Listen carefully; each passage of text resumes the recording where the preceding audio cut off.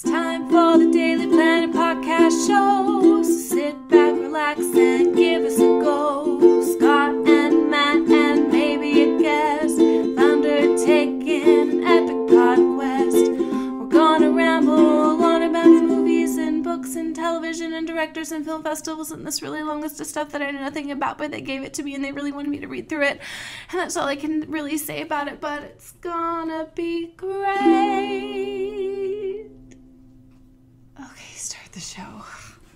Hello and welcome to the Daly Planet podcast, your weekly podcast for all things movies, TV, books, and anything else we feel like talking about. My name is Scott Daly, and I am your host, and I am joined once again by Michael Grubb, my co-host and expert safecracker. Michael, are you ready for one last job? I'm always ready for one last job, Scott. Got the team. The team is together. Ready to go. Yeah. Got the plan, got the team, got the equipment. We got the plan. Got the car. But wait, something unexpected. No, that can't happen. Has happened. We'll have to improvise. Okay. And then someone's gonna betrayed us. But we escaped anyway because there's a twist. We escaped anyway. But wait, what year is it? Are they allowed to show whether we actually got away with it or not? They are not. No, they are. They are. We got away with it. Yay, go us. Yes. Did you know that was an actual law or rule or something? Yeah, Do you know anything about that? You could. Yeah, some of the early movie code, you could not show criminals succeed in their crimes. Yeah, there's part of the movie code has changed. It's so weird because at first there was no code, and then they got really strict, and then they got unstrict, and they got really strict again, and it's just this weird long tale of corruption and confusing rules that don't make any sense. Yeah, it led to some great endings, though. Yeah, we're forced to be ambiguous. Yeah, that's true. But if you haven't caught on yet, we're here today to talk about heist movies because Michael and I saw Logan Lucky, and we really liked that movie. And then we said, let's talk about heists. And we had this grand plan, Michael, that we were going to watch 20 movies and deconstruct every little bit of the heist formula. That didn't happen. Yeah, there's just one problem, and that's that there's way too many awesome heist movies. Right. So what we decided to do instead was we were just going to watch a handful, ones that we picked out. We're going to bring them to the podcast. We're going to talk about them a little bit, talk about how they are heist movies and how they change the heist genre a little bit. And then we're going to wrap this whole thing up talking about Logan Lucky a little bit. We'll have a non-spoiler section, and then we will move into spoilers at the end. So for those of you that have not seen that movie, you'll still be able to listen to at least part of this conversation. So I'm really looking forward to this conversation. I love heist movies. I love the genre. I love all the little beats, the planning, the sitting around a table and planning out the heist. I just love all that. Yeah, me too. And I didn't really realize I loved heist movies until I started looking at lists of heist movies for this podcast, and then being oh yeah, these are all heist movies, these movies that I really love. Yeah. All right, so before we get into that though, we just wanted to run through some quick news because Michael, there's been a lot of crazy stuff that happened over this past week. Oh, has there? Do tell. Yeah. First off, did you watch True Detective at all?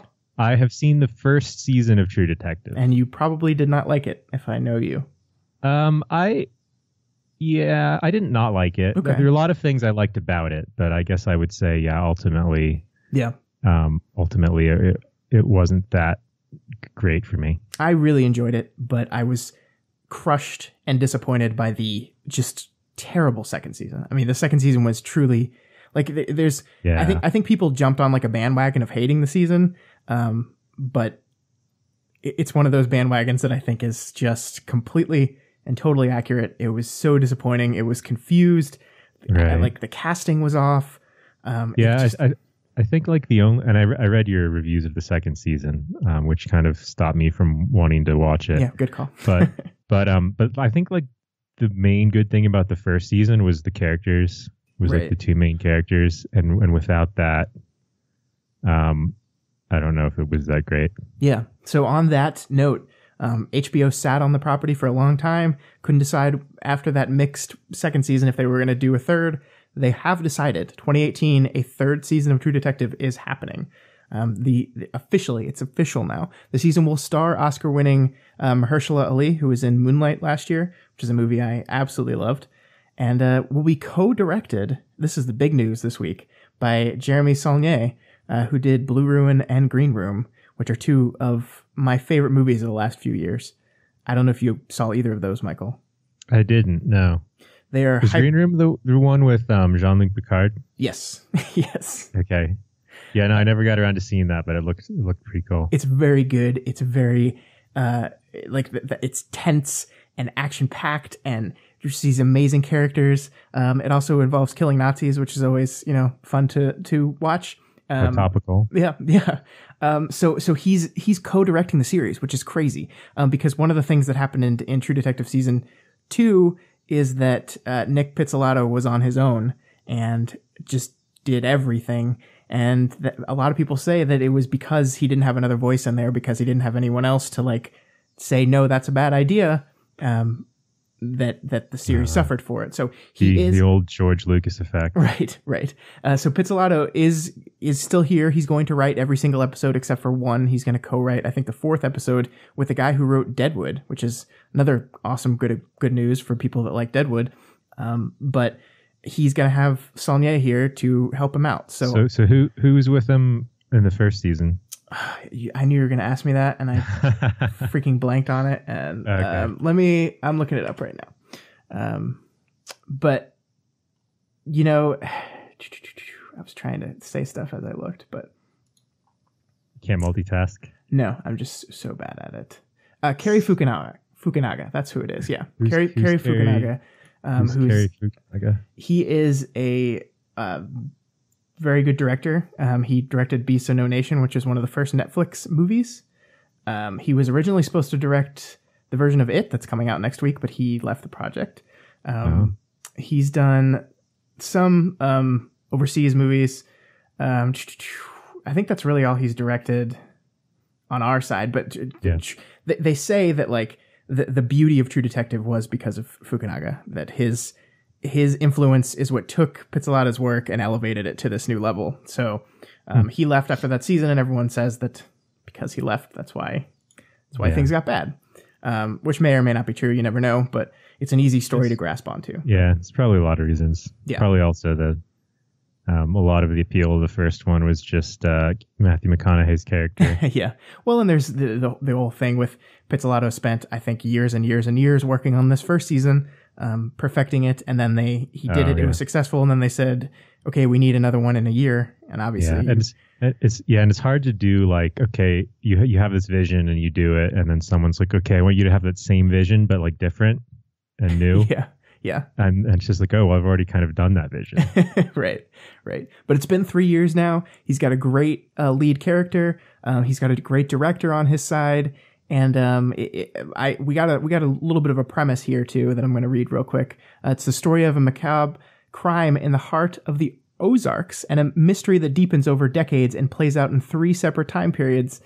Ali will play the lead role of Wayne Hayes, a state police detective from Northwest Arkansas. So I'm into this. I think that he's had enough time to hopefully come up with something really new and interesting, and will be executed to the level that I expected after the first season of True Detective. So I'm in. I'm excited. I'm kind of tired of macabre crime stories in the heart of the South. It's the Ozarks, man. It's different. Haven't you seen? That's still. Haven't you seen same thing? Same goddamn thing. Yeah, I mean, we'll see. We'll see. All right, that's it for that. Let's move on to the Joker, because DC and Warner Brothers continues to make weird decisions.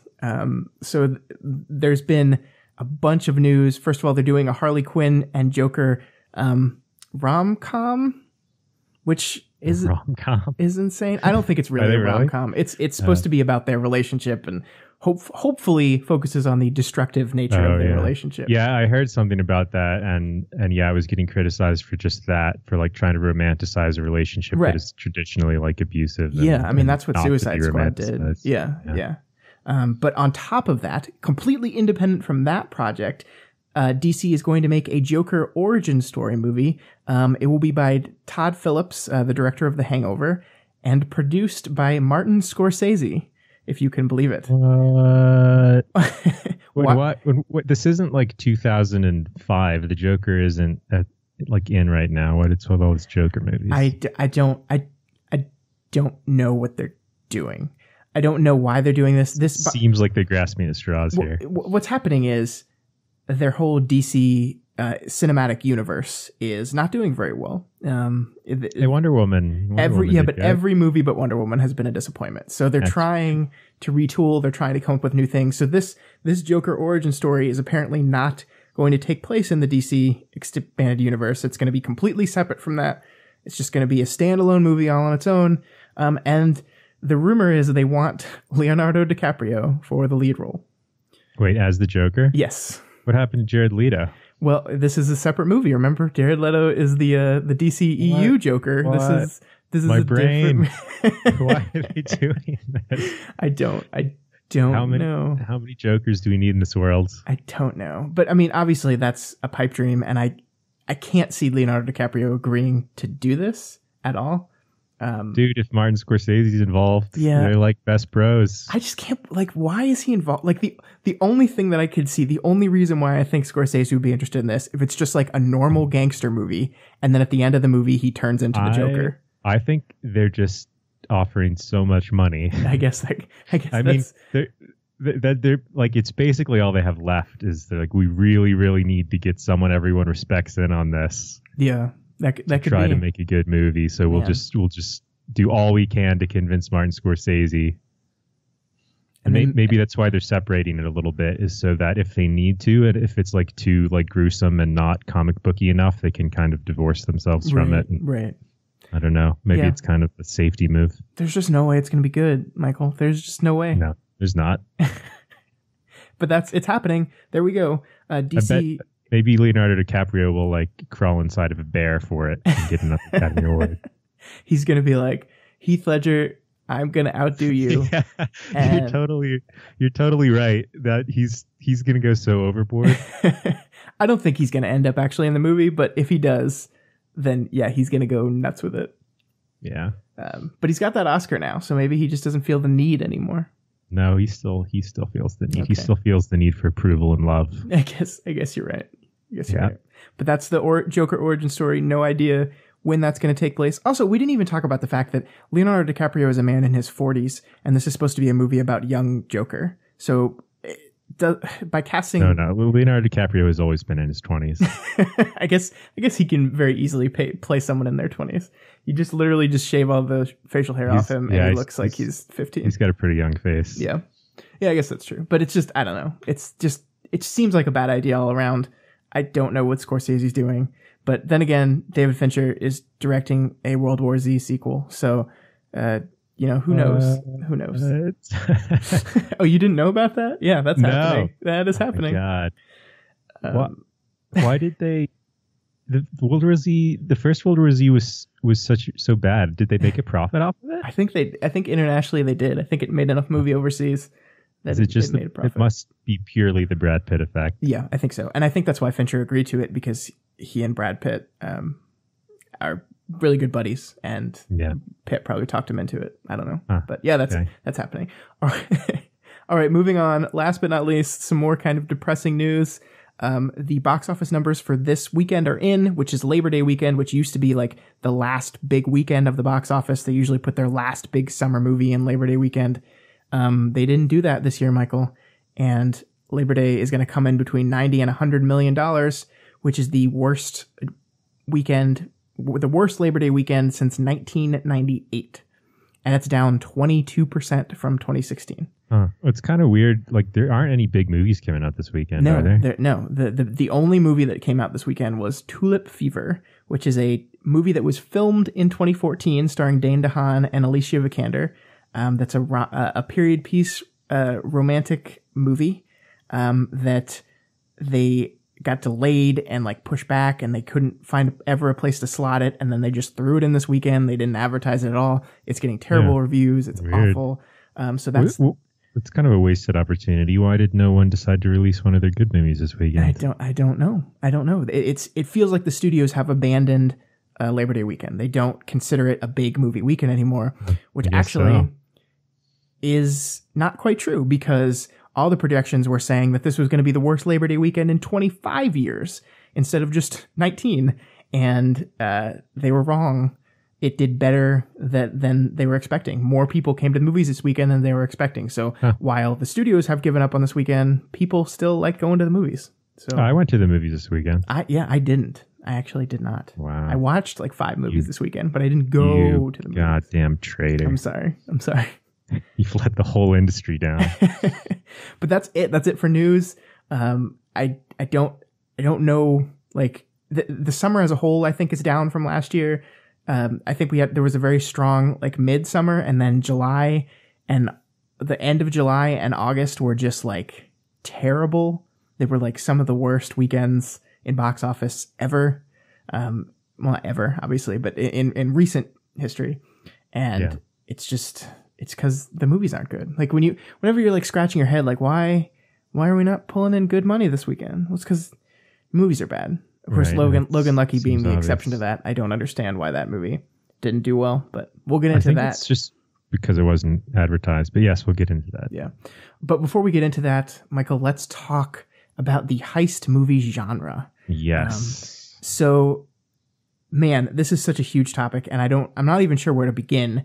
So for me, where I was hoping to begin was at the beginning with the quote unquote first heist movie, which is a French movie called Rififi, which is unfortunately a movie that you did not get to see because old movies are not available on the internet at all anymore. No. This was not the first heist movie, though, I would argue. What? I would argue The Great Train Robbery. Yeah. Yes. I think Rififi is a movie that like defined what the genre would look like. Definitely one of the defining ones with planning and all of that. Yeah. But one of the first movies ever, it's worth noting, was a heist movie. That is true. Yeah, but so Rififi is, for those that don't know, it's a 1955 French movie about a group of 4 jewel thieves who get together, break into a jewelry store in one of the most fantastic extended sequences that I've ever seen on film. Basically, at some point in the movie, they go quiet for like 30 minutes and nobody talks because they show the heist. They do a couple time jumps, but they basically show the heist from beginning to end. They show them slowly, like roll in with their tools, because they drill in from above. They drill into the jewelry shop from above. So they like literally chip away at the concrete and then come down, break into the safe. Like we see them struggle to like lean the safe over and put up supports. And you like see every little minute detail of this heist. And then their getaway, which is almost clean, except they have to beat up a cop on their way out. But it sets up everything we have, because the main character of this movie is a guy who just got out of prison. He was in prison for 5 years. He got busted. He had a friend who tries to pull him into a job. He says no at first, and then he finds out that his girl that he had before he went to prison is now seeing someone else who's a gangster. And I've basically just described Ocean's 11 so far. Yeah. But so then he decides to do the job, and then they do that, and then things go wrong. Things take longer than they should. One of the characters gets greedy and takes something else extra, and then doesn't stay low when they should, which gets people on their trail, and shit just spirals out of control. It's like every heist movie that came after this seemed to follow this formula.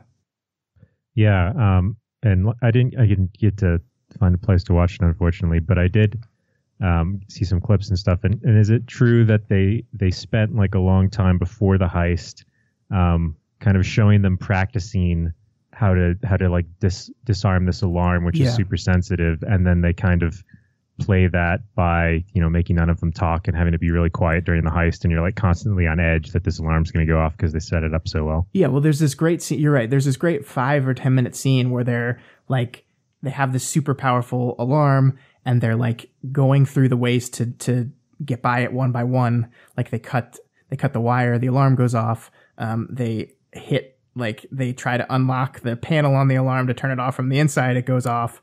They try to unplug it. It goes off. They like have, if the ground around it is too disturbed, it goes off. So yeah, they go through like step by step trying to find ways of getting around this, and they finally discover it, and then they use that, and it works well in the actual heist. But yeah, I mean, it has like all those planning stuff. You see all that, and it's got everything, and it's got interesting characters, and it's got this kind of love triangle, and it's got like this horribly depressing ending where yeah, like everyone dies. Spoilers for a movie that came out in 1955. They are criminals, so they did deserve it. Yeah, and I think, well, see, this was 55 was probably the time where they still had that rule, but this was France, so I think doesn't. But still, I could definitely see how it would make a studio uncomfortable to like have a movie about these gangsters who rob things and then like celebrate it. You know, like we're so used to it now, but I can totally imagine how weird it must have been the first time. Right. The movie it tries to have its happy ending.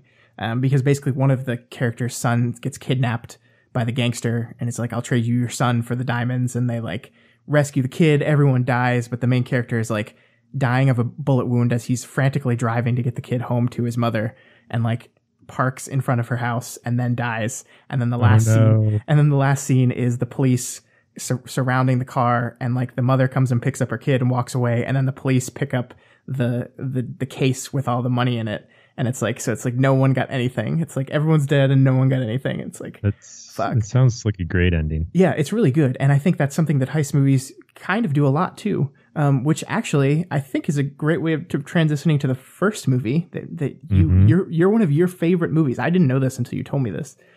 Your favorite movie, or one of your favorite movies, is Lock, Stock, and Two Smoking Barrels. Yes. This is the Guy Ritchie film. Guy Ritchie's first movie came out in 1998. So why don't you talk about Lock, Stock a little bit? Lock, Stock, and Two Smoking Barrels was Guy Ritchie's first movie.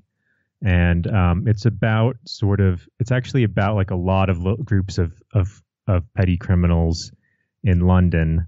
It's super stylish. And the great thing about it is that there's like a lot of simultaneous crimes going on at the same time for a bunch of different storylines, and they're all interwoven brilliantly with like throwbacks to things that happened earlier that you didn't think were going to be important. And it's a very fun, stylish, and satisfying heist movie. And although I would say that there is kind of, I guess, one part of it that's a heist in particular that is planned a bit, but the movie doesn't really focus around one great heist like a lot of other heist movies. It's more like a bunch of interwoven heists. Yeah, I agree. And it's kind of interesting to see. I went from watching Rififi right to watching this movie, and to seeing, you kind of see how the genre has morphed over time, and how Lock, Stock definitely takes some of those beats from that were set up way back in that movie. Like our cast is 4 characters who all have their own unique personalities and their own strengths. And the very first thing they do, like as the credits are rolling, and there's like a narration over this with like paused frames and stuff, but they introduce like all of the characters, and they show you as well as tell you kind of their traits and what they bring to the team. And it's a team of friends in this one, which is also cool. It's not like a bunch of criminals who come together and don't trust each other. It's like these 4 people have always been friends. And I was really surprised because I somehow had not seen this movie until I watched it this afternoon. I didn't even know that. If someone had asked me yesterday if I had seen Lock, Stock, and Two Smoking Barrels, I would have said, yes, I have, because I thought I did. And then I watched it and I was like, wait, I've never seen this movie. But I'm so glad that you watched it now, though, that this podcast has made you watch it, because it's pretty great. That's why I love doing this podcast, to get to watch these movies that I should have seen but never got to. But yeah, the thing that really surprised me was how sharp the writing is. And I'm not just talking about the dialogue. I'm like you were talking about how it's multiple plot lines kind of threading through each other. And if you try to write down the plot of this movie, I think you would confuse yourself, because it's so many different characters, and they're all weaving through each other at different times and interacting and like bouncing off of each other. But the way it's presented in the film, it just kind of moves and it just kind of like makes sense, and you can kind of see it. You see it coming almost just a few seconds before it does, right. and then that makes it funnier. And like the part in particular when the two idiots are trying to get back the guns that they sold, I forget what the guy's name wants. They're trying to get these two guns back, and they've just been delivered to the guy who wanted them the whole time. Yeah, Hatchet Harry. Yeah, but they don't know that. So they break into his place to take the guns from him, even though the guy who they want to give the guns to is working for Hatchet Harry and is in there in the room with him. But they don't know that, so they just bust in to take the guns. Yeah. Everyone starts shooting each other. Everybody dies. And it's just this like comedy of errors over and over again. Yeah, it's a great like classical comedy style, where most of the humor derives from the characters not knowing information that you know. Right. And, but it's just written really brilliantly here because it's so complicated. Yeah. And it comes together. And there's all these little great things too. Like when at the beginning of the movie, some of the characters are walking into a bar and like a man like goes out of it on fire and like no one really reacts. And it looks like it's just kind of like a throwaway funny moment. But then like later that was explained in a flashback to be relevant situation. Right. Or when the girl in the house where they grow the weed is like really hard to see on the chair. They do, and then that ends up being important later. It's a 3-beat. Like they have it like 3 times. Yeah, the first time someone says, "I didn't notice her." The second time, the guy sits down on top of her because he didn't notice her, and then no one notices her, so she opens fire and kills the guy with his own gun because no one saw she was there. Yeah, it's and I saw it. Did you see it? Did you see that coming? Because this time, I think the first time I saw the movie, I didn't notice she was there before she picked up the gun in that scene. No, I don't know if they just camouflaged her really well. They did, yeah. I saw her this time. Okay. Like as they were walking into the room, it's like she's there under some blankets and like a pillow and stuff. And I was like, that's so great that they actually showed her, because they could have just hidden her, right? And like used that you knew she was unnoticeable earlier, but she was actually there and you just don't notice her unless you're looking for her. Yeah, no, I did not see her until that moment. Then I was like, oh, this is great. It's this really fun movie, and I have a very complicated relationship with Guy Ritchie because I want to like his stuff so much, but his recent stuff I just haven't liked. Like I really wanted to like his weird ass King Arthur movie. I really wanted to, but it was just not a good movie. It just wasn't. Yeah. It just wasn't good. So it's like you see that, and then you see this movie, which was his first film. He both wrote and directed this movie, and it comes out like so. It's so clear on what it is. It so clearly establishes its tone and what it's trying to do, and it's so confident. Like for a first movie, like it was very surprising to me, and I'm like, what happened to this person? Why aren't you here anymore?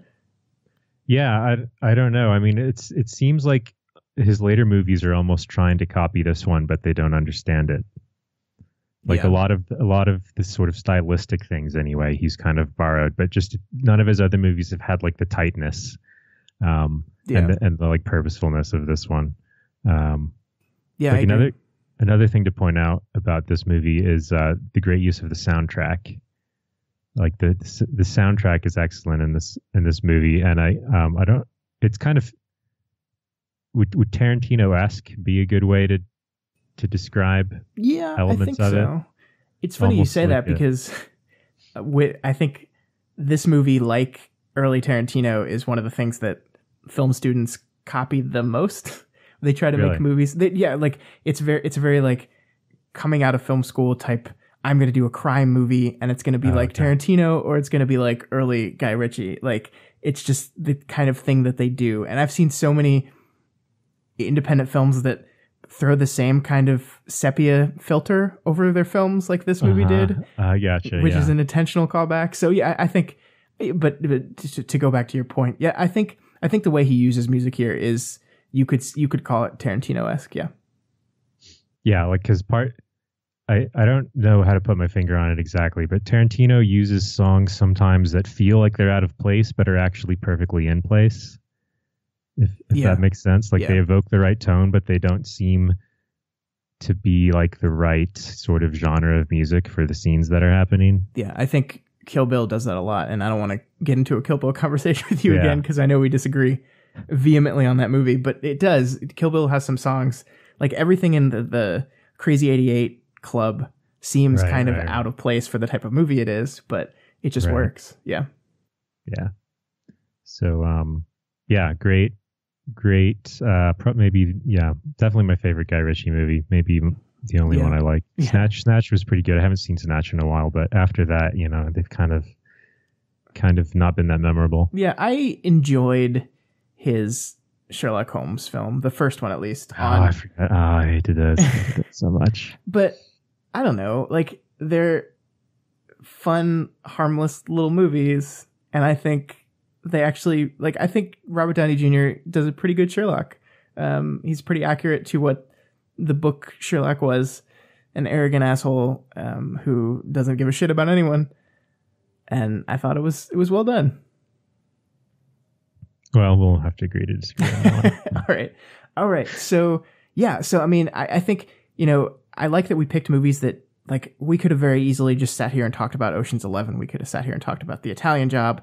We could have talked about these very standard and traditional type of heist movies. But I think it's more interesting to talk about these movies that are kind of playing with the genre. And I think Lock, Stock is one of those that absolutely does that. That it at its core, there's a heist movie. There's money. That, a character gets in trouble. He needs a lot of money, and they decide to commit this crime to get this money. And then it goes crazy and backfires and all this stuff and it happens. has a great ending where it turns out like they didn't even rob the thing they thought they were robbing. Yeah. And they kind of accidentally pulled off a heist in the end. But the ending, even though they thought they completely failed. Man, the ending with him about to throw the guns off the bridge. Yeah. I love that it ends that way. I love that you don't know if he answers the phone before he throws the guns. Right. And that's kind of a callback to that movie code. Right. Yeah. You don't know if they get away with it or not. Yeah. I like to think, I mean, in my opinion, he totally tosses those guns because everything that I've seen happen in this movie so far, they're just kind of a bunch of screw ups that kind of luck their way into getting away with everything. They just these group of four guys, they're just happened to be not in the place where all the bad stuff's happening over and over again. Right. They get away with their heist and then they go out drinking and then the movie just kind of leaves them and that ends up saving them. Right. Yeah. All this crazy shit happens at their apartment that they aren't even there to witness. And then they just come back and are like, oh, holy shit. And then, But I like to see the ending as he gets the phone call and they get away. Yeah, I mean, this is a recurring pattern where I seem to be a movie ending optimist, which is weird because as per 12 Monkeys podcast. I know it's just weird because I consider myself an optimist in life, but when it comes to this film, I'm just like, nah, they didn't get nah. Maybe it's because we need balance. Yeah, maybe. I'm more of a pessimist in life and thus maybe search for optimism in movie endings. So the other movie that we wanted to talk about is The Usual Suspects, which I think is technically a heist movie again, but it's a heist movie that's playing with the genre tropes again. It's not your traditional heist film. This is also one of your favorite movies, I believe. I love this movie. What do you think of The Usual Suspects? Yeah, I really like it. Obviously it has a really famous twist ending, which still holds up as really cool, even if you see it coming. It's not the kind of it's not a weak twist where you can only watch the movie once and still enjoy it. It's cool because you can kind of look for stuff the second time you see it and appreciate the facade that's going on the whole time. Yeah. It's all there. I mean, the truth of Kaiser Soze is in front of you the whole time. And the fact that it is cleverly masked in a way that the reveal shocks you, but also is believable, I think is part of how the film works so well. Yeah. And it starts the same way as Lock, Stock, really. It quickly moves between the main characters and shows them getting arrested to be brought to the lineup. Right. So efficiently introduces the characters. One of the things I really liked which is a small point, but for some reason I just thought it was cool. It's just like the character names are so awesome. Like McManus is such a cool criminal name, and like Fenster, Verbal Kint. Sorry. Yeah. It's like I don't know. The names just like immediately evoked characters for me. You're absolutely right. They are really memorable names. Like, yeah, like even Keaton is Dean Keaton. Yeah, is just a wonderful name. Like it almost it is. Like there's something about it that like helps. Like you hear those names and you think of what their character traits, kind of. Yeah, it makes you think he's honest. Like it makes you root for him right away. I think Dean Keaton. Yeah, it doesn't sound like a criminal name like McManus or Fenster. Yeah, or Kaiser Soze. And it's the crazy part is that this movie is like playing with your expectations, because it seems like Keaton is the main character so many times, and he kind of is, but he's also kind of not. Like he's kind of the protagonist. The movie plays with that a lot, though. It plays with your assumptions of like, it's like the movie's aware that you know how a heist movie works, that you know how a crime movie works, and it's playing with your expectations and to surprise you and confuse you. And I think it's really good. Like, I can't believe how much this movie has held up, because I don't like Bryan Singer, who's the director of this film. His X-Men movies are all terrible. I don't like them at all. I don't think he's made a good movie in a long time. So I went back and approached this movie as like, maybe this movie's not as good as we remembered it. Maybe it's just that end reveal that we all love, and the movie itself is just not that entertaining. And I was happily wrong. This movie holds up very well. Yeah, I think it does. I don't think it's perfect though. No. Like I think there are some problems with, if you think about the plot too much, it's kind of like, wait, why are they doing all this complicated stuff? Well, yeah. Like why was this deception necessary and so forth? And part of that is you don't know, like, and I like kind of like the movie leaves you with that, is like, there's no clear idea at the end of this movie how much of what we saw is what actually happened. Right. And how much is just bullshit made up by Kevin Spacey. And like, I'm sure parts of it are true, but like all this other stuff, like, because we see at the end when we see the reveal of all the names he's used and made up from various things around the room, that it's very clear that some of the scenes that we saw using these characters that he just pulled names from, were just like never happened. We're just completely made up. So yeah, that's true. Although the way they edit the kind of shots at the end, it kind of makes you feel like pretty much everything was true, except he ended up killing Keaton at the end. But you're right. I think there are a lot of things in there that are potentially just completely fabricated. Yeah. Yeah. And I like that we leave it with that openness. I think that's one of the things that now this is the second movie we've talked about, and the ending's kind of open.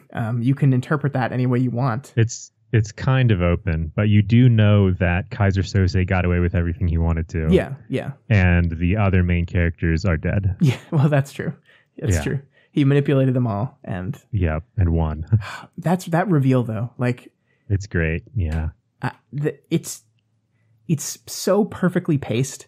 Like the slow mo of the coffee mug falling, like how Kevin Spacey's gait like slowly changes. Like, it's not all at once. He doesn't just switch. It's like this slow transformation of his gait, where when you first start seeing it, you're almost like, you almost don't even know if it's happening. You're like, is he changing the way he walks? Then you're like, oh shit. Like, I watched this with my wife and she hadn't seen it before, and it was like so fun getting to watch this with a person who didn't know the ending. That's great. And it's just like she was like, holy shit. Like, and it's like, it made me remember the first time I saw this movie and how shocking that was. And, I hope we didn't just ruin it for anyone who hasn't seen The Usual Suspects. Yeah, no, it's great. You kind of, maybe I can see how you could see it coming, but I didn't. And they do a great job of making you feel like really sorry for Verbal Kint. And he's kind of like this, lovable triple, who, he totally manipulated you. Yeah. And Kevin Spacey's so good in that kind of role.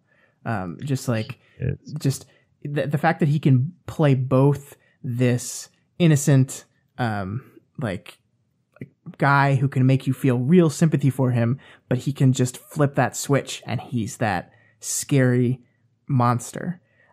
It's like he's so good at that. He's so good at it. Like he's played a lot of great scary monsters, like the bad guy in Seven and the House of Cards guy. Yeah.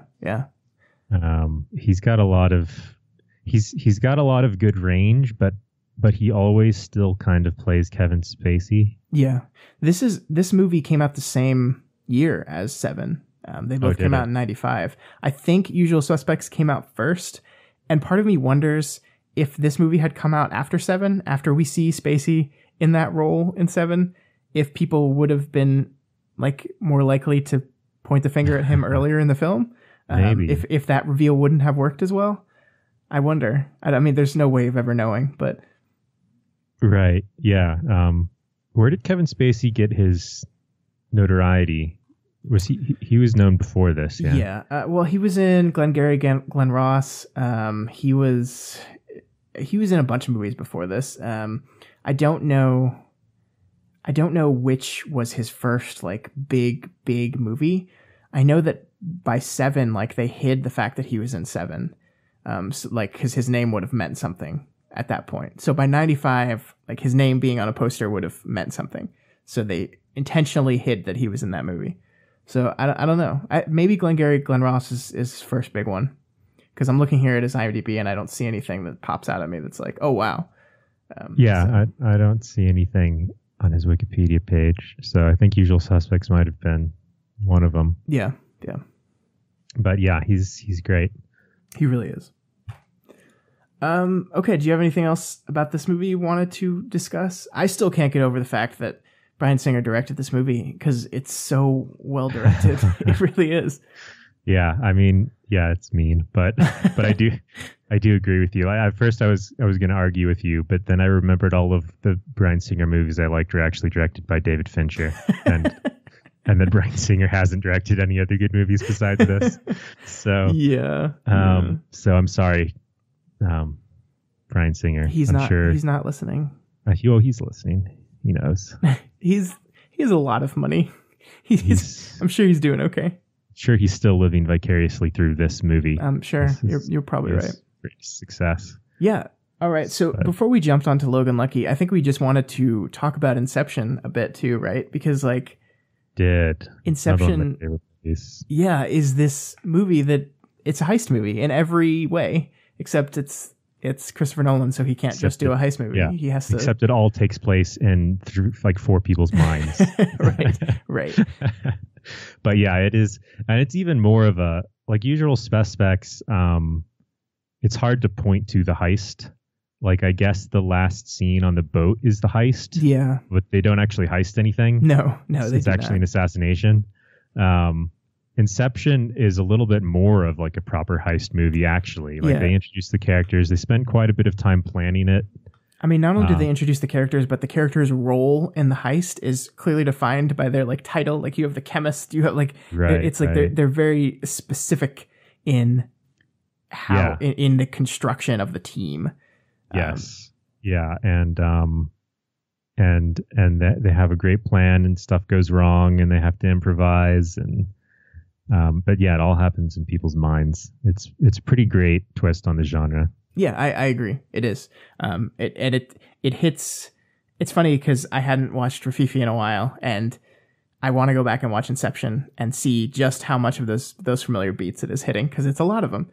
It is a very much a typical heist movie playing in this different kind of film, and I think it's better for it. Can we discuss why is it that we like to watch people plan things and then carry out the plan? Because we like when people are good at their job. We like to watch people be good at something. It's fun when someone says, I'm going to do it this way, and to watch it happen that way is fun. And then to watch the problems come with it is exciting. Right. I mean, it definitely sets up the twists, and this is, I guess the planning is just, it's a really good way of setting up the suspense, because you know what should happen, and then it's easy to make it not go quite that way. And you've already been kind of forewarned, like what the penalty is going to be should this go wrong. But right. I guess the most puzzling thing is just like, why is the planning part so interesting? Like I like to just watch the planning of the heists, and you just like think it's fun for them to work out these puzzles of stealing things. Yeah, that's true. I don't know. And it's always stealing things. Like, has there been a heist movie which didn't involve crime? Like it was just them. Like, I think the word heist is pretty integral to there being a crime. Yeah.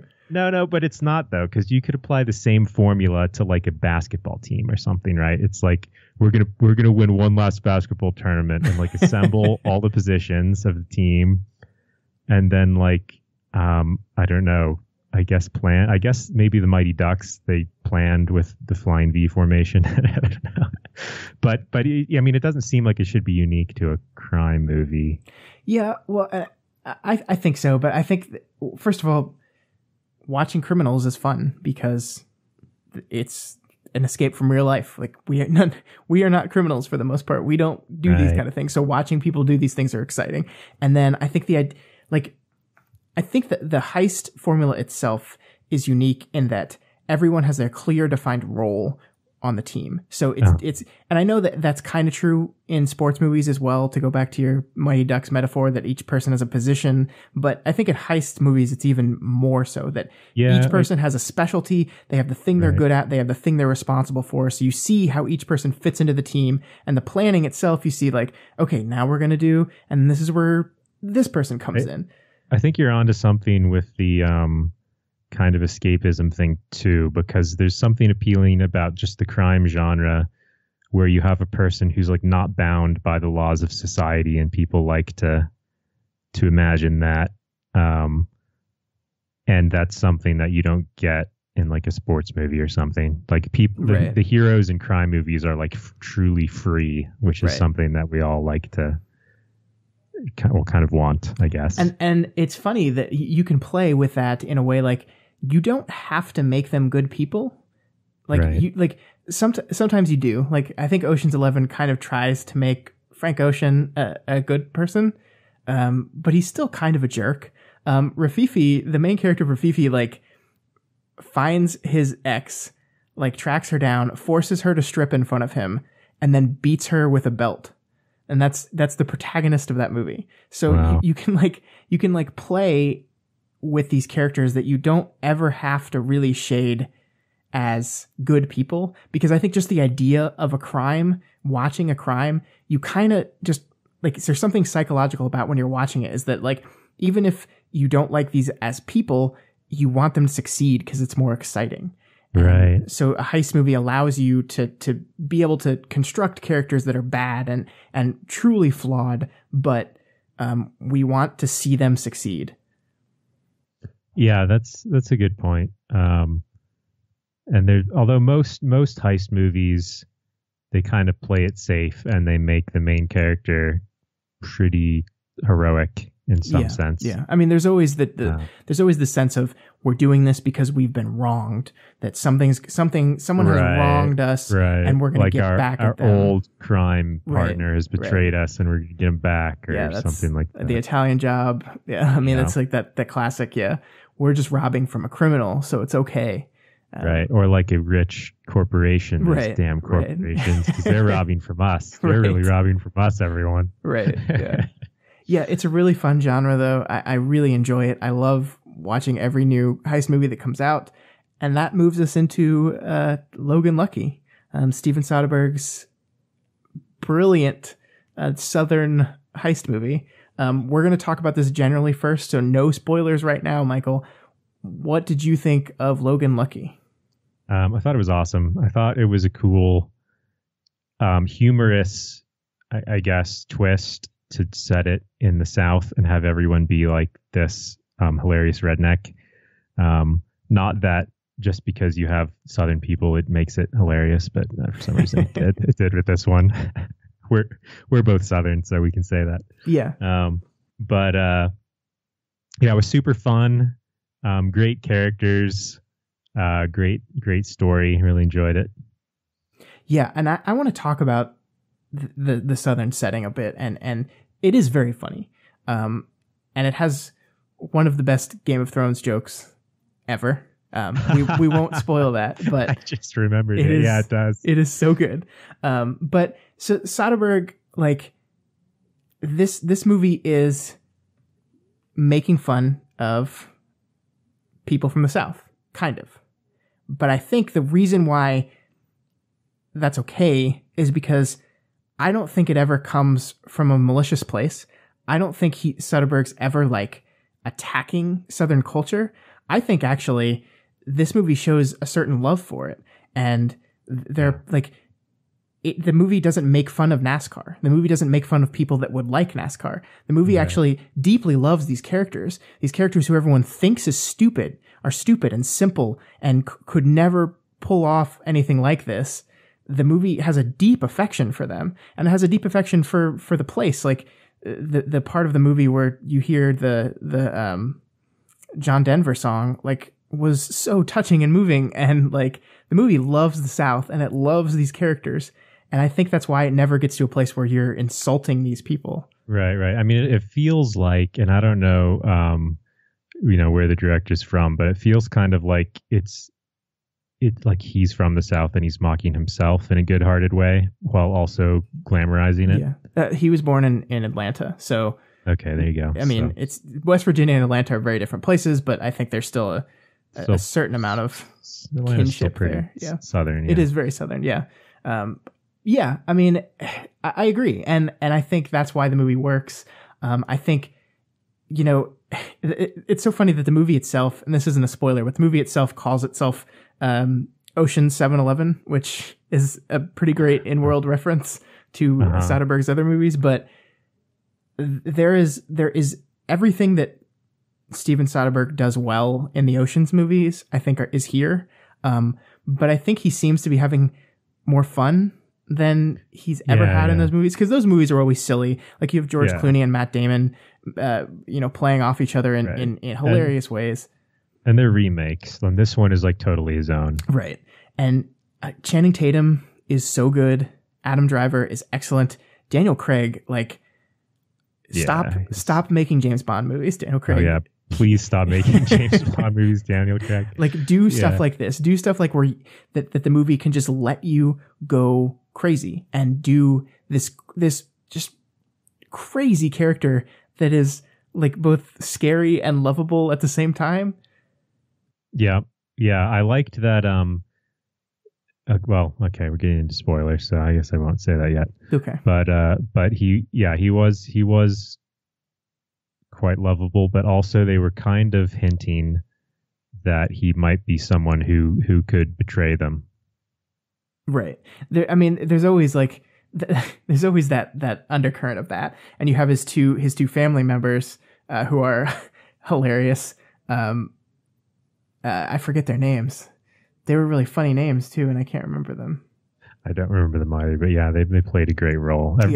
Every character was very well defined. Yeah, and their own character. Yeah, but everything just like bounced off each other and worked well. And I'm running out of things to say without spoiling, but like there's just like this movie just makes you happy. I think like it's just fun, and it's so well directed. It moves. The reveals as they come always feel good and they feel okay. You really grow to love and care about these characters. I think the movie spends a long time getting to know the characters before the heist even starts to develop itself, and that gets you to the Logan. Really love the Logan brothers, like Jimmy Logan and right. Clyde. Like, you just love these two guys. And yeah, right from when they introduce their relationship in a great way. Right. That I don't know if we would consider that a spoiler because it happened so early. But no, I don't think that's not a spoiler. No.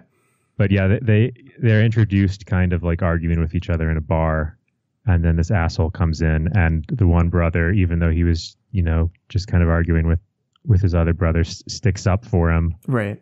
They get in a fight, and then the other brother ends up saving him, and it just shows really quickly that like they're brothers who fight, but they always stand up for each other. Yeah.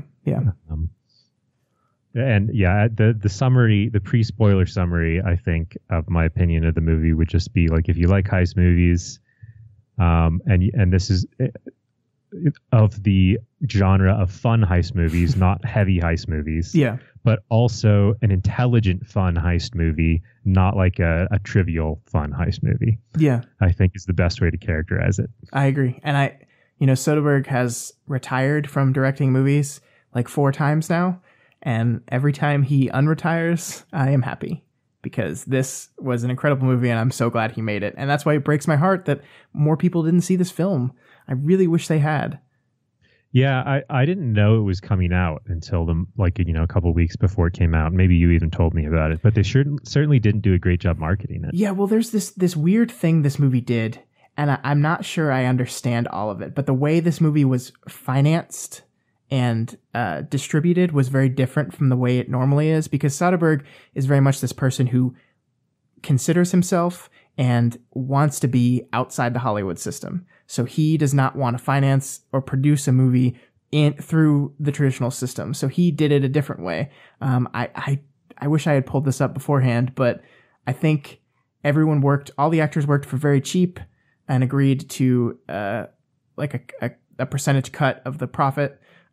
So they worked at basically what the Actors Guild, the minimum says because there's a minimum right. for the Actors Guild union that says you have to make at least this much. So I think everyone worked for that, and like people threw in money, and it was distributed through different companies. So it was very much outside the system. So I think this kind of says that maybe there's a reason why you play in that system sometimes, so that like the marketing machine would have pushed this movie a lot further, which is sad. It's very admirable that they tried to make the movie that way, and it is a shame it didn't work out. Yeah. I mean, I wonder if there still wouldn't have been a way to get word out, because I mean, he already has a great reputation. It's got some great stars in it who are pretty popular right now. Channing Tatum is pretty popular right now. Adam Driver is growing in popularity. Some sort of, YouTube marketing campaign even probably could have gotten this to where it needed to be, but I didn't see anything. I wonder, if they had, instead of spending time, trying to get outside the system, maybe spend time on different ways of marketing, like, because there's still very much this traditional marketing push that happens in a lot of Hollywood movies, which is we need commercials, we need TV spots, we need trailers, and we need posters everywhere. That's the big one, really, is I never saw this as a trailer when I was watching any other movies. Oh, really? This year. Man, I did all the time. Did you? Yeah. Must have been watching the wrong movies, but I saw a lot of movies this year, and I never saw a trailer for this one once. Yeah, but I think YouTube ads are such an important part of marketing these days, because that's all young people watch anymore is YouTube. They don't watch TV anymore, so right. I never saw it like as an ad on any YouTube video or anything. So so okay, let's move in to spoilers now. Let's briefly talk spoilers, because there's some stuff I want to ask you about this movie. So for those that have not seen Logan Lucky, from here on out, stop listening. All right, Michael, what is going on with Hilary Swank's performance in this movie? What do you mean? I don't know what she's doing. I think she's, well, here's my impression before you explain why you thought it was weird. She seemed like a comically overly serious FBI agent. Right. But it seems like she's playing in a different movie. How so? Like her performance is so stilted and unnatural seems like she's intentionally trying to act badly. Right. Well, yeah, it seems like she's being a bit of a caricature. Yeah. That's what I would say. So my thought on this, and I don't know if you're going to agree with me or not, but Seth MacFarlane's performance is also terrible. I think it's awful. But if you take these two performances and you think about them, that I think they're both awful. These are both truly the only characters that don't belong in this world. Like, they come from outside, like Seth MacFarlane's playing a British person. This is an FBI agent from a city. They don't belong in this world. This is not their world. So for them to come in and look and feel wrong and feel unnatural just seems to make sense to me, because this is not their world. I think that makes sense. I wonder if that was done intentionally. I mean, I would say, I mean, it does feel like they're not in the world, like partly just because they don't have really super strong, hilarious Southern accents like other characters did. And by the way, like, even though, you know, well, we both grew up I think I grew up in Texas from an earlier age than you did even. I can't recognize bad Southern accents anymore because I've just heard so many people do them in movies that they all sound like they could be believable. Yeah. So I can't even judge any of the accents. But anyway, Seth MacFarlane and Hilary Swank like clearly came from not this place, so they were not from this place. But they were still like like they didn't seem like real people. But I would also say that none of the characters. All of the characters had an essence of being like beyond a real person. Like Daniel Craig's character seemed like a humorous caricature, which had a real character behind it. But this movie wasn't of the style where it was supposed to be like really realistic. No, I agree. But see, and I agree that there's an otherworldliness of this entire movie. Like the whole prison riot is like so insane hilarious. That it is hilarious, but it's just like there's nothing realistic about the way that would happen. No. But I just thought they made prison really fun in this movie. I know.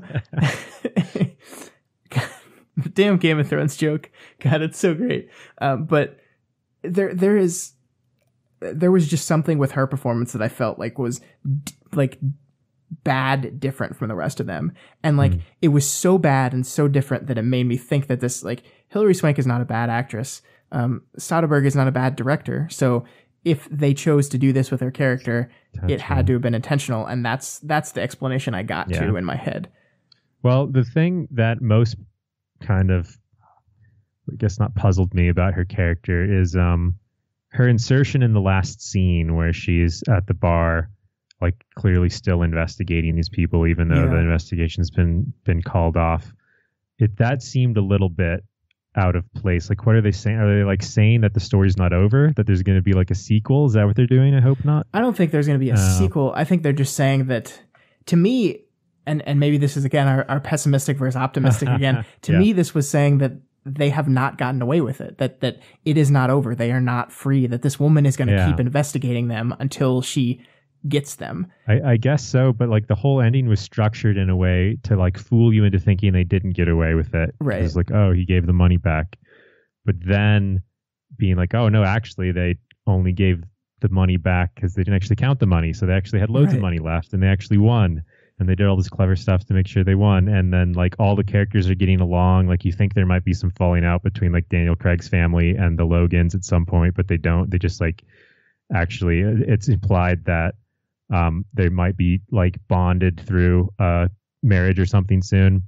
There's kind of like a relationship developing, and like everyone's happy, and it's kind of like a great positive way to end a fun movie like this.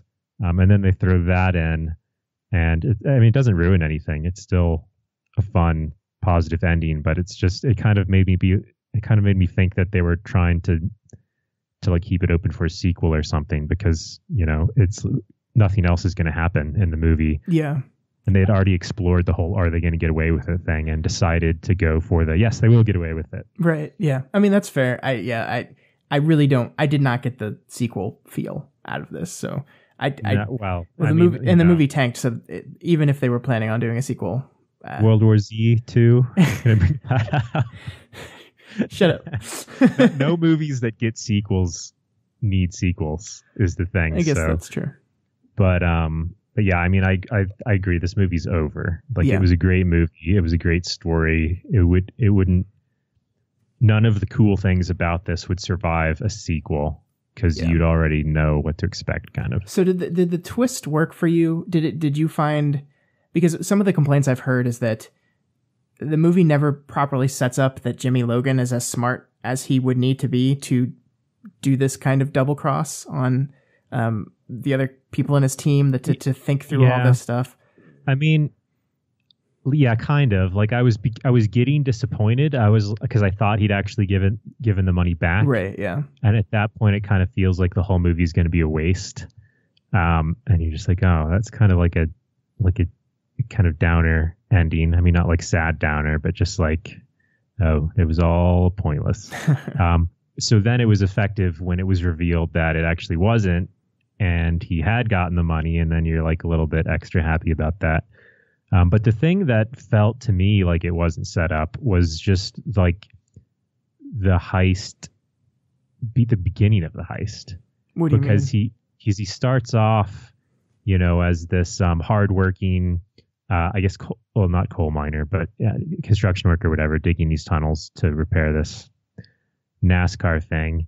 And then it just seems like all of a sudden he's been this criminal the whole time, and they're going to plan this heist and get a bunch of money. It wasn't the typical, you know, option of you start with a guy who is immediately obvious he's like a seasoned criminal just getting out of jail, or like getting ready to, or rounding up his old friends or whatever. It's just this like honest guy. And then it's like, oh wait, I guess he's always been a criminal mastermind. And of course they can pull this off. Wait, what? And I think that's why some people had trouble believing the twist at the end, because he is not a criminal mastermind. Like I think like the idea of making the list of like the bank robbery list, like what to do for a heist list, is like to show that this is really his first time and he doesn't know what he's doing. And that they're just kind of winging it. Like the idea, and I think that's where it pushed beyond the believable for some people. Like the idea that they're smart enough that they broke a man out of prison. They were able to orchestrate this whole thing. And it relies on so many people acting in very specific ways. And like, and you can even see like, we haven't talked about their sister, Melly Logan, at all, but the way she manipulates the one dude to switch the car out for a better car so she can get places faster is like so brilliant. And it's like, I mean, it's totally not something you could count on ever in real life, obviously. But I think it shows. I think it shows that the Logans, while they're not like traditionally smart, just have this innate understanding of people, or specifically these people, these West Virginian people, and so they know them well enough to know what they're going to do, how they're going to react. I mean, after the brilliancy of the heist, I didn't have any trouble believing the ending part. Like I guess a lot of people did, but for me it just came before that, because it seemed like they just told us at some point, kind of in the middle of the beginning, that he'd actually done a lot of this type of stuff before, and you're just like, oh, I didn't realize that. Yeah. It's not like he's a retired guy who's trying to go straight, you know, the stereotypical heist trope. That he's not that. Like he almost seems like he's the kind of guy who is super honest and like would never do this. Like it almost seems against his character at the beginning, because it seems like he's very like, everyone is responsible for themselves and you got to work hard and you know, that kind of thing. And they kind of did a good job of like building that into his character regardless, but it did seem a little out of place until I got used to it, that he was even planning this heist to begin with. Yeah, I can see that. I don't think that broke the movie for me. It didn't break it at all. No, I mean, you quickly get, once they start planning the heist, you quickly get used to it and are rooting for them, and everything seems, you know, believable in the context of the weird world. Really loved how they incorporated the breaking someone out of prison and then breaking them back into prison, which is like the perfect alibi. I know, it's so good. Yeah. Even though it was a super complicated plan, that all sorts of things could have gone wrong. Right. But I mean, that's why it was fun. Right. And there's a certain level of that having to live in that disbelief for a bit, that like you have to be okay with this for the movie to work. You have to say that, yeah, this might not have actually worked in real life, but it makes the movie fun. And right. And I think they did a great job of establishing that tone that they were going for fun, and they didn't go so far with it that it became cartoonish and you didn't care anymore. But they set up the world so that it was fun. Yeah, I agree. And if this movie had been more self-serious, then the non-believable nature of a lot of these events wouldn't have worked. So you're absolutely right. And that's all Soderberg. That's like, he just can do that. And he's really good at it. Yeah. And man, I don't like country music, but this damn Country Road song at the end when his daughter's singing it to him, like wrecked me emotionally. Like that was such a wonderful moment. Yeah. Yeah. You kind of texted me, I think, like right after you saw it and mentioned something about that moment. Yeah. But no, it didn't really have that effect on me. Well, but I can see where you're coming from, because they do a good job with like the father-daughter relationship and the heartstrings associated with that. Right. Yeah. What's with that song being like Alien Covenant played that song again also, and I think there's another movie coming out this fall that uses that song. I don't know what's going on here. These John Denver songs. I don't know. I mean, there's some songs that I'm really tired of being in movies, like Back in Black. Oh my God. Like how many movies and movie trailers has that been a part of? Yeah, that's fair. That's fair. All right. So that's Logan Lucky, and that's us talking about heist movies. Maybe we'll do another one of these in the future one day and just talk about some more heist movies, since there's so infinity. Many heist movies. Yeah. So many great heist movies. Yeah. All right. Before we go this week, Michael, what have you been watching? Well, today I mentioned that I went to the movies this weekend on Labor Day weekend to support the film industry, which you did not do. But I went to see Wind River, which is new movie directed by Taylor Sheridan, who's the guy who wrote the screenplays of Sicario and Hell or High Water. And I never saw Hell or High Water, but I saw Sicario, and I didn't know that this was the guy who'd written that screenplay. But like while I was watching it, all I could think of was how similar this was to Sicario. It had like a really similar feel to it, and it was super bleak and depressing all the way through. And it made me have the impression that Wyoming is this hellish, frozen hellscape from nightmare world from which there's no waking. But yeah, I didn't really like it. Okay.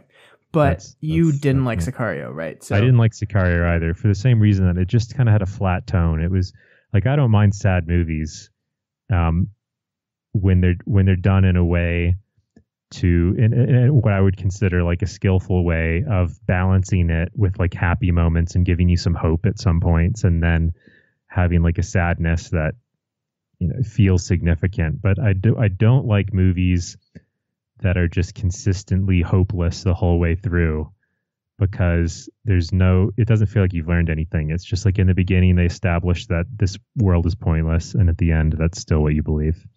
Okay. I think that's a valid argument, but I adored Sicario. I love that movie. You should. So you should go see this one then. I will support the movie industry, just not on Labor Day weekend, and I will go see Wind River. All right, I saw the first episode of The Deuce, which is the new HBO series from David Simon and George Pelecanos, who also made The Wire. This is a story of, I think it's set in early 1970s Times Square, which is what The Deuce was called, 42nd Street. They called it The Deuce. This was back when Times Square was a den of criminals. There was lots of prostitution. Porn films were everywhere. So it's just about this group of characters back in the 70s. And like The Wire, it is this very realistic take on these characters trying to survive in this really terrible situation. And it's just fantastically well done. Like the first episode is an hour and a half long, and it is so good. Like it has James Franco playing two characters, playing two twin brothers. And he's actually like, a lot of people are pretty mixed on James Franco for, I think, fair reasons. Like sometimes he's good, sometimes he's not great. He is acting the shit out of both these parts. It is so good. He seems like kind of a Shia LaBeouf to me, in that he's actually like a pretty cool artist and like always wanting to like try things, and he really likes what he does, but he's got a weird personal life that kind of comes through negatively sometimes. Yeah, I think that's fair. I'm so happy he's part of this project. I like this so much. I listened to an interview with George Pelecanos, who says that they're doing kind of an anthology type thing. So each season is going to be, they're telling the story of Times Square, basically, back before it became Disney owned and commercial. So they're going to jump forward in time. After this season, they're going to do late 70s and they're going to do early 80s when a whole bunch of other crazy shit happened in Times Square. But this seems like a great setting for a very interesting show. The first episode, they dropped it on HBO early. It technically premieres on the 3rd, which is right now. We're recording. It's playing right now. But I caught it early because they dropped the first episode online. But I'm very excited for this series. Of course, I love David Simon and everything he does because he makes fantastic television. And looks like we have another one. So that's what I watched. I don't know. There's a lot of these series that people say are the best series of all time. Series including The Wire, Breaking Bad, The Sopranos. These are all series that I've watched like the first 3 episodes of and just couldn't get into. It's okay. It's okay that you're wrong, but yeah, you know. I know. I don't know what it is. I found Breaking Bad really difficult to watch, and I don't know what it was about The Wire that I just couldn't get interested in. But is this kind of a same sort of feel as those, or? Yeah, I mean, so everyone says The Wire you have to watch like 3 or 4 episodes.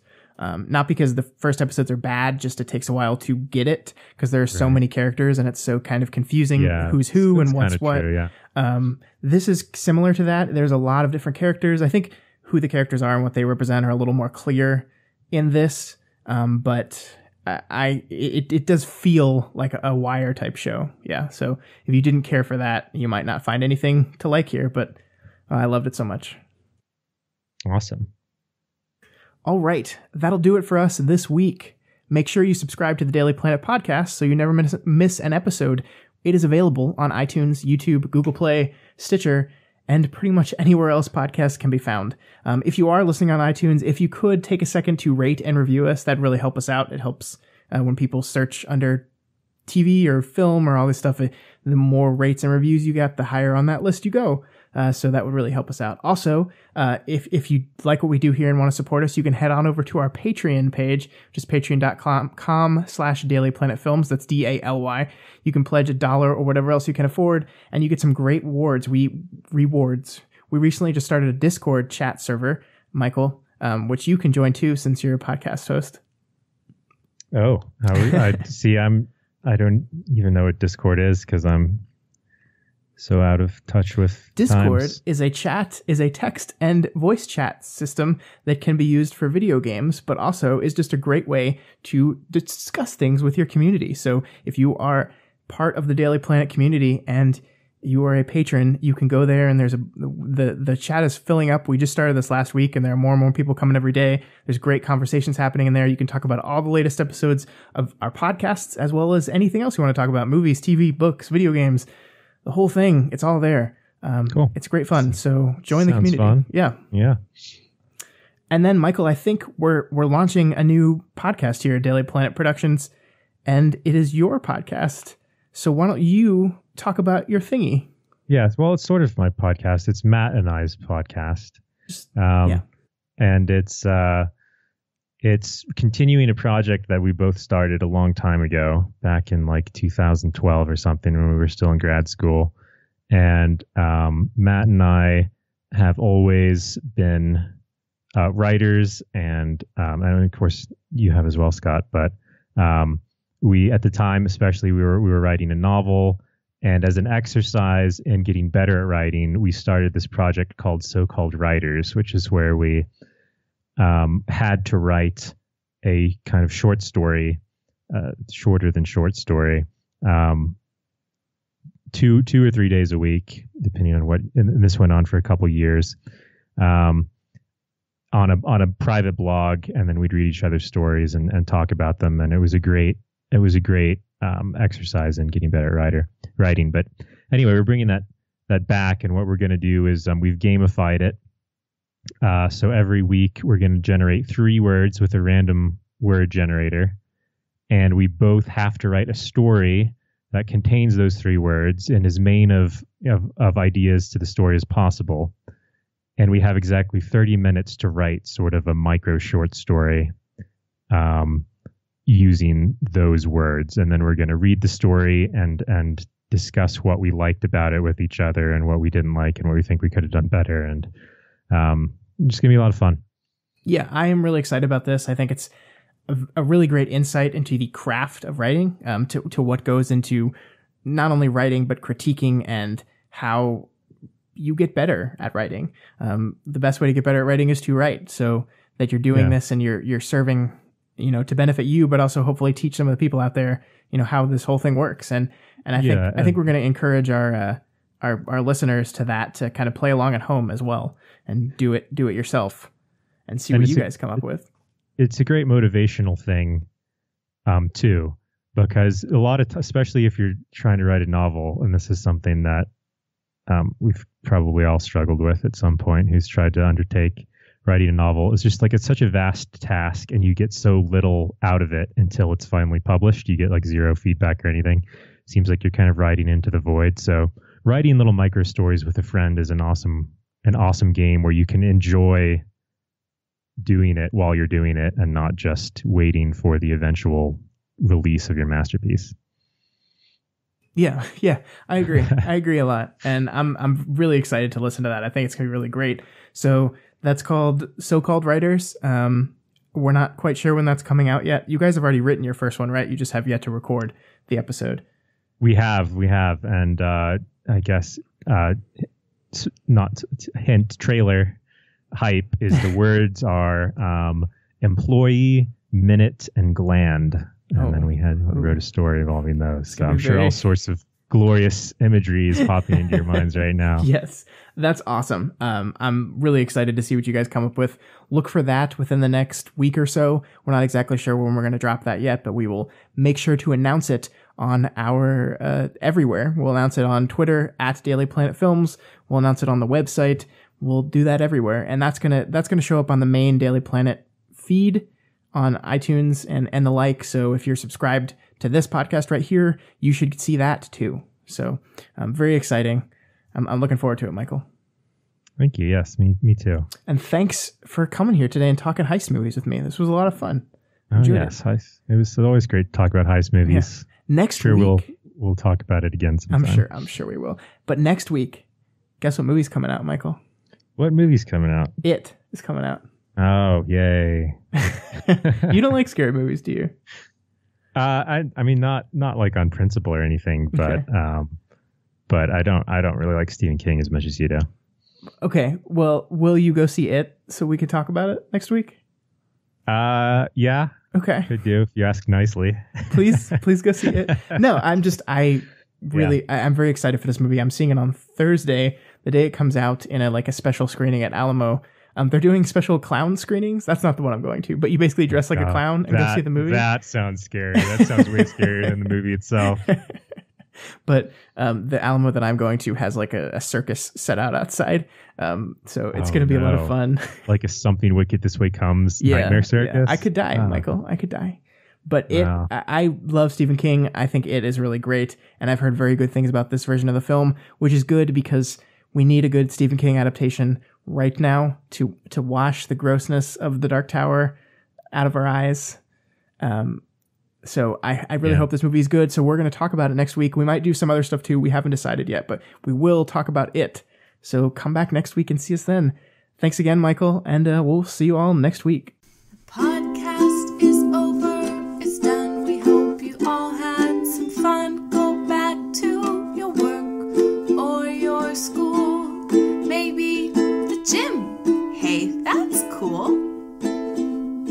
Regardless, just go away. But please come back next Friday. There'll be